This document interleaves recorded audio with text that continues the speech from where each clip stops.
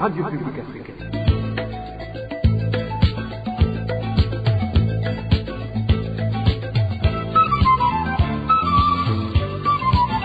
Radio Publique Africaine.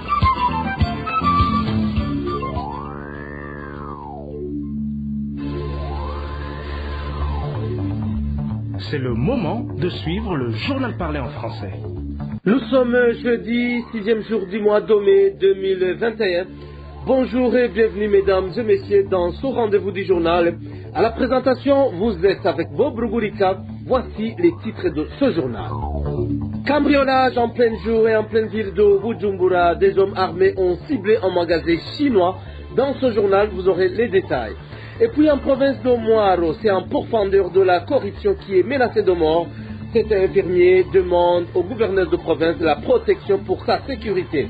Et des victimes de la montée des eaux du lac Tanganyika dans les quartiers de Bujumbura face à une problématique de logement après qu'elles aient été contraintes de quitter leurs habitations. Dans quelques secondes, c'est le développement des titres.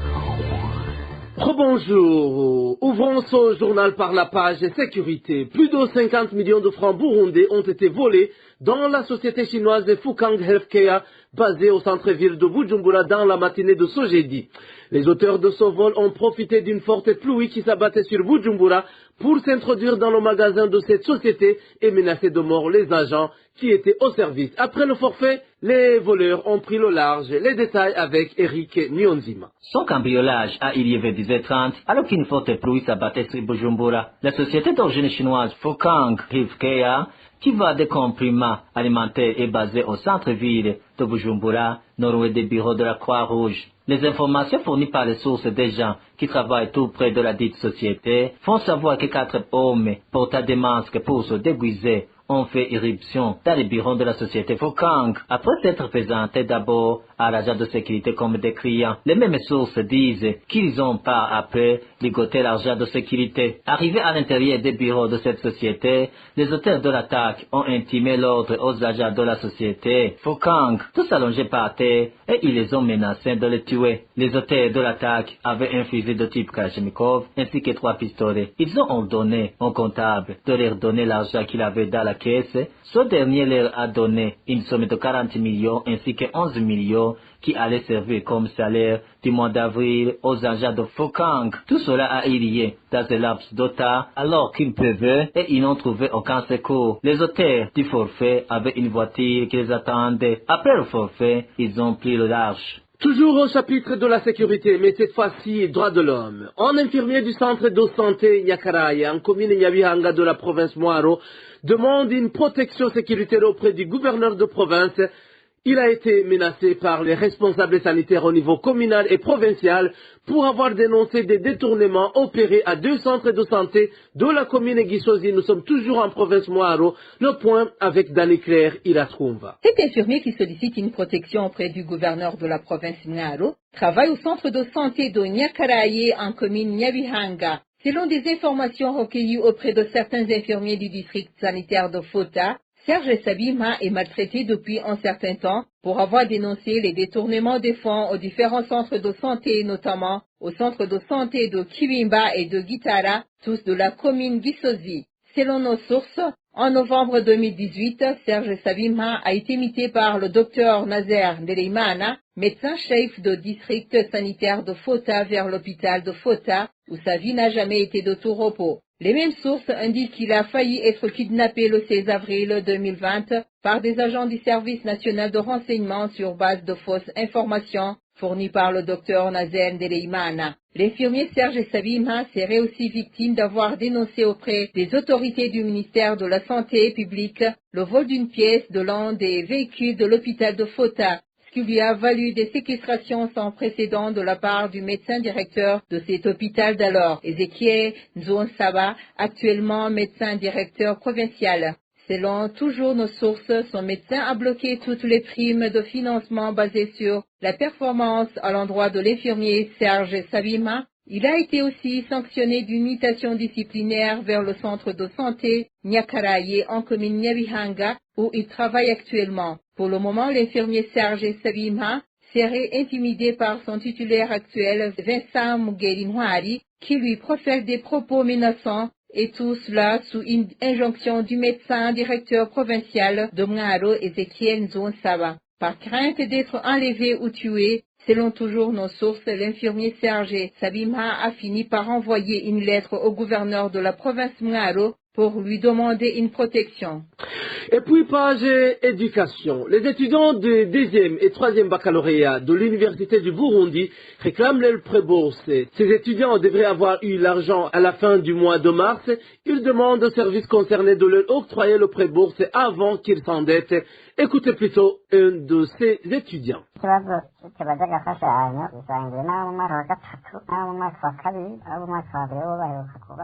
Le problème de retard de pré-bourse affecte les étudiants de bac D et bac 3, car ceux de bac 1 viennent de le toucher, après avoir attendu depuis novembre dernier. En ce qui concerne les deux autres, nous attendons le pré-bourse depuis le mois de janvier. Quand nous nous adressons au commissaire à la bourse, il nous répond que la question est en cours de traitement et qu'il faut donc patienter. Actuellement, nous vivons un cauchemar, car nous devrions l'avoir reçu en mars. Nous n'avons donc pas de moyens pour manger ou payer le loyer. Les restaurants qui nous accordaient des crédits remboursables ont été détruits pendant la mise en exécution de la décision du ministre de l'Intérieur. Nous demandons donc au gouvernement de suivre de près notre problème afin que ce pré-bourse puisse nous parvenir à temps. Et d'ailleurs, dans le contrat, nous sommes convenus que le pré-bourse doit être disponible dans 3 mois. Sinon, nous ne pouvons pas bien suivre les cours sans toutefois avoir quelque chose à manger. Le temps de suivre les cours, puisque nous nous retrouvons dans la rue pour chercher de quoi à mettre sous la dent.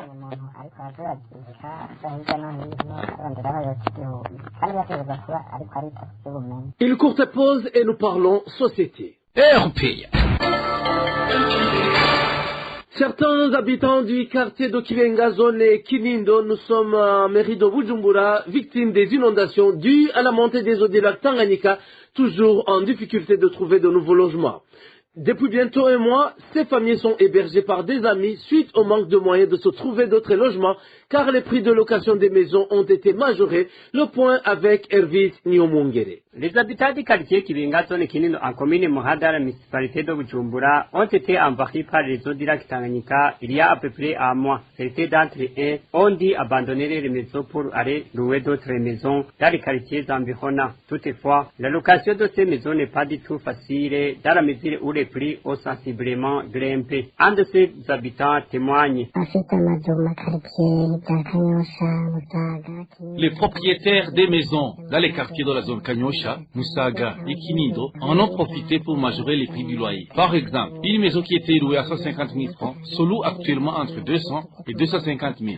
Celle qui était à 200 000, son prix a été porté à 300 ou 350 000 francs. Une maison qui était louée à 300 000, son prix est actuellement passé à 450 000. Pire encore, dans les quartiers Kinanira 3 et 4, une maison qui se louait à 400 000 se loue actuellement entre 500 et 600 000 francs. Cela ne nous favorise pas, nous qui avons fui ces inondations.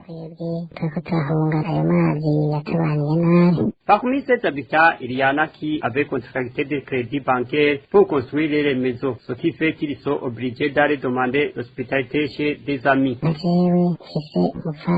Moi, j'ai une femme et 4 enfants. Je suis allé chercher l'abri en zone Kanyosha car j'étais incapable de louer une maison de 400 ou 500 000. De plus, j'ai construit ma maison avec un crédit bancaire. Après avoir remboursé la banque, il ne me reste presque rien. Nous risquons de retourner à la campagne puisque nous ne sommes plus à mesure de supporter la vie de la capitale.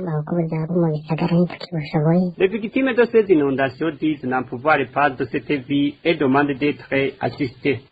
Gouvernance à présent. Les membres de la coopérative Sangwe, située sur la colline Gatwe, zone Kizuka de la province Rumonge, accusent leurs représentants d'avoir détourné les fonds de cette coopérative. Ils demandent aux administratifs de les aider à recouvrer cet argent pour permettre la reprise des activités de développement suspendues faute de moyens. Les détails avec Eloge Kwizera. Les membres de la coopérative Sangwe de la colline Gatwe étaient nombre de 50 au débit. Notre source révèle qu'on leur a donné une somme de 8 millions et ils ont priorisé l'élevage et l'agriculture. Nous avions acheté une propriété d'une valeur d'1,5 million, puis nous avons également acheté les bétails, 2 vaches et 5 chèvres. On a loué un bureau dans lequel on a mis 100 chaises. Après, ils ont ouvert un cabaret, mais le chef du Nord, Serge et le secrétaire président d'Abazanier auraient consommé sans payer. Et le cabaret est tombé en faillite. Il y avait un employé dans ce cabaret, mais le président et son secrétaire consommaient sans payer. Le premier employé a fui de peur qu'il soit accusé de ruiner le bistrot. Il n'était pas sûr qu'il allait également percevoir son salaire. On a emmené le deuxième employé. Il est parti lui aussi parce que c'est responsable de la coopérative consommée sans payer. Le cabaret a ainsi fermé. Actuellement, les membres de la coopérative Sangwe indiquent qu'il reste seulement la propriété d'une valeur de 2 500 000. Les biens de cette coopérative ont été détournés par les responsables de 01. À présent, il reste la propriété d'une valeur d'1 500 000. Il y a risque que cette propriété soit vendue.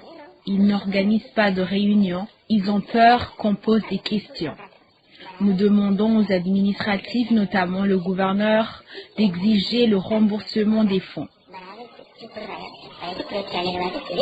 Contacter le gouverneur de la province de Rumongue, consolateur Nitunga, n'a pas voulu s'exprimer sur le sujet. Parlons toujours aux gouvernances. Les clients de la Régie des eaux dans différents quartiers de la capitale Bujumbura déplorent le mauvais service rendu par la Régie des eaux.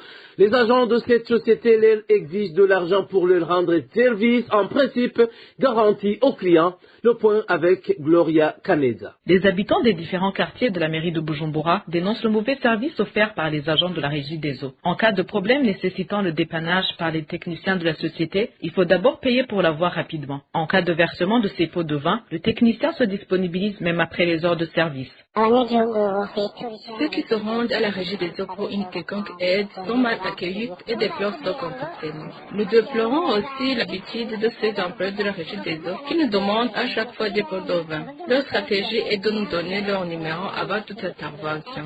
En plus, ils viennent nous dépanner après les heures de travail. Comment se fait-il qu'ils viennent nous dépanner après les heures de service? En plus, dénoncent toujours ces clients de la Régie des eaux. Ils doivent à chaque fois assurer le déplacement des techniciens de la Régie des eaux, alors que cette dernière dispose des véhicules censés faire ce travail. Chaque fois quand ils ont besoin d'une intervention des techniciens de la Régie des eaux, ils sont obligés de payer des taxis pour le déplacement des employés de la Régie des eaux et ils n'acceptent pas de prendre des bus. Si tu ne paies pas ce taxi, ils ne viennent pas te dépanner. Imaginez-vous quelqu'un qui habite à Malambia ou à Nyebugete. Vous comprenez que le taxi va coûter cher. Pourquoi ces exigences alors que la Régie des eaux a ses propres véhicules? Ces clients de la Régie des eaux habitant différents quartiers de la capitale Bujumbura interpellent les dirigeants de la Régie des eaux, la Régie de distribution d'eau et d'électricité, pour qu'ils résolvent ce problème considéré comme du vol.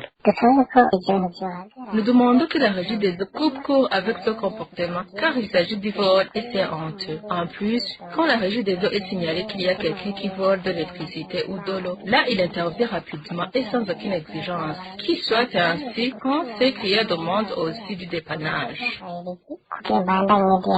Ingénieur-major Albert Manigomba, le directeur général de la Régie des eaux, déplore à son tour ce comportement de ses employés et demande aux clients de le lui faire toujours savoir pour qu'il sanctionne les agents responsables. Moi, j'ai donné l'ordre d'arrêter tous ces agents qui demandent des pots de vin. Cela est contraire à la loi et il le faut clandestinement. Chaque fois qu'un agent demande à un client de lui payer un taxi pour qu'il lui rende un service, prenez-le en photo et envoyez-moi les images. Il faut que vous nous aidiez surtout à faire une large diffusion, car la Régie des eaux a des matériels et des véhicules en suffisance. De plus, nous devons réparer gratuitement les pannes auxquelles font face nos clients. Vous n'aurez qu'à m'envoyer la photo de la personne qui demande des pots de vin et il sera immédiatement licencié. Ce comportement des agents de la Régie des eaux qui exigent de l'argent aux clients qui ont besoin d'être dépannés dure déjà plusieurs années. Et puis pour clore ce journal, parlons sport. Le Burundi n'a aucun stade répondant aux normes fixées par la Confédération africaine de football pour qu'il puisse accueillir des matchs internationaux. Aujourd'hui, nous revenons sur certaines de ces règles et sur base desquelles tous les stades du Burundi ont été rejetés par la CAF. Elsie Mugisha nous fait le point. Dans le classement des stades respectant les normes internationales, il n'y a pas que la qualité de la pelouse qui est tenue en compte. Le stade doit être pourvu d'un nombre suffisant d'installations sanitaires sanitaires propres et hygiéniques ainsi que des ambulances réparties équitablement dans tous les secteurs du stade. Des vestiaires et des latrines suffisantes doivent également être installés. Le stade doit aussi être équipé de lieux de rafraîchissement et de restauration pour toutes les équipes, les officiels et les spectateurs. Entre autres exigences figure la capacité d'accueil qui doit être au moins 10 000 sièges. Le stade doit permettre un débit de 660 personnes par heure d'entrer en toute sécurité dans le stade. Différentes infrastructures se trouvant dans le stade doivent également être dotées d'une bonne ventilation, de caméras de surveillance et d'écrans de diffusion. De plus, le stade doit avoir une capacité d'évacuation d'urgence avec un nombre de spectateurs pouvant atteindre une zone de sécurité dans les 8 minutes. Un accès et des places adaptées aux spectateurs handicapés et à leurs accompagnateurs sont exigés, de même que des installations sanitaires ainsi que des points de vente et de restauration appropriés à cette catégorie de personnes. Et selon la CAF, non seulement le terrain de football doit être pourvu d'une surface de jeu en pelouse naturelle ou en gazon synthétique, mais aussi le gazon synthétique doit obligatoirement obtenir la licence FIFA requise afin d'être homologué. Le stade doit être doté d'autres petits terrains d'entraînement pour les joueurs. Cette licence ne peut être octroyée que par un laboratoire accrédité par cette fédération. Selon les lois du football, la longueur du terrain est comprise entre 100 et 110 mètres et la largeur entre 64 et 75 mètres. Et ce terrain doit, selon la CAF, être équipé d'un système de drainage afin de pallier à toute éventuelle inondation. L'autre point essentiel est l'éclairage pour les matchs qui se disputent pendant la soirée afin de faciliter entre autres une couverture audiovisuelle à haute définition. Aussi, une alimentation électrique de secours indépendante et sans interruption doit nécessairement être disponible. Selon la liste de la Confédération africaine de football de ce 2 mai, aucun stade du Burundi ne répond à toutes ces règles fixées par cette institution. Et voilà, mesdames et messieurs, c'est le point final à ce journal. Merci pour votre aimable écoute. Merci à l'équipe technique et à l'équipe rédactionnelle. Prochain rendez-vous de ce journal, ce sera demain à la même heure. Et d'ici là, portez-vous bien et surtout, restez prudents.